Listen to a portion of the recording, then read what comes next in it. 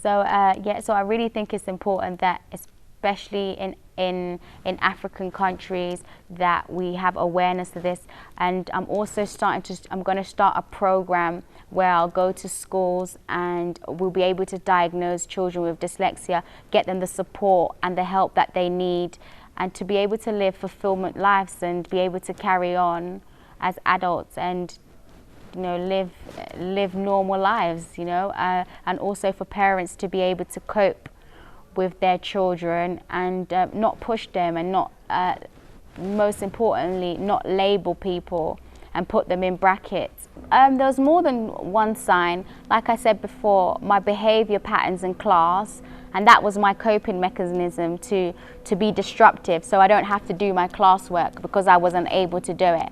And also, I could not follow instructions and just basically do as I was told. And it wasn't because I was disobedient, just some things, like I said, coordination. You don't click with coordination. So you could tell me to turn left and I turn right, vice versa. You could tell me to turn left and I turn right, you know.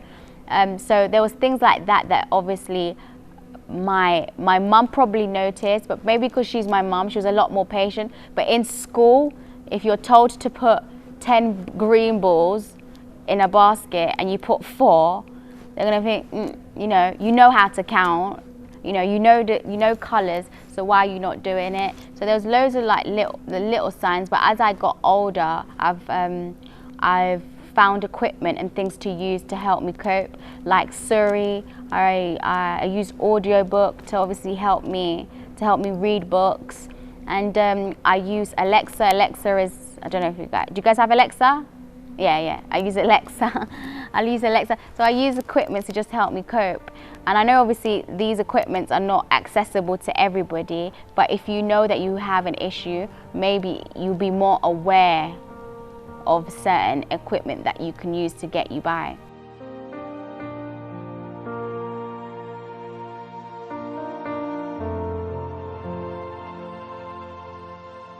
Like I said to you, I run a personal shopping business, and if I don't communicate with my team, sometimes via text, communications can be off, you know.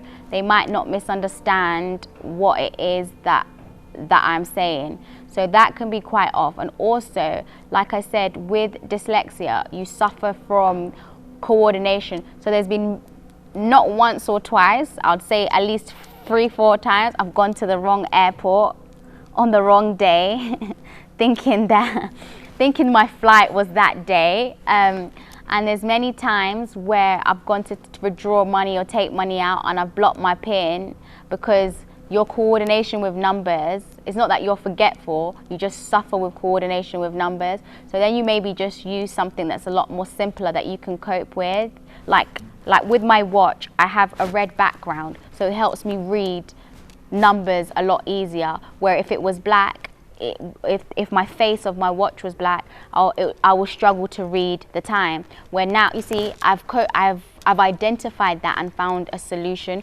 So with dyslexia, you just find things that work for you, live your day-to-day life, you know. Like I've said, I run a fashion business. I've been running a fashion business since I was 21, and I've been more than capable of accomplishing and doing things, meeting my expectations in life. Obviously, I haven't done everything because I'm still 32, but I've met my expectations in life. So, and there's so many people in the world that are dyslexic. Like some of the greatest minds that have ever touched our planet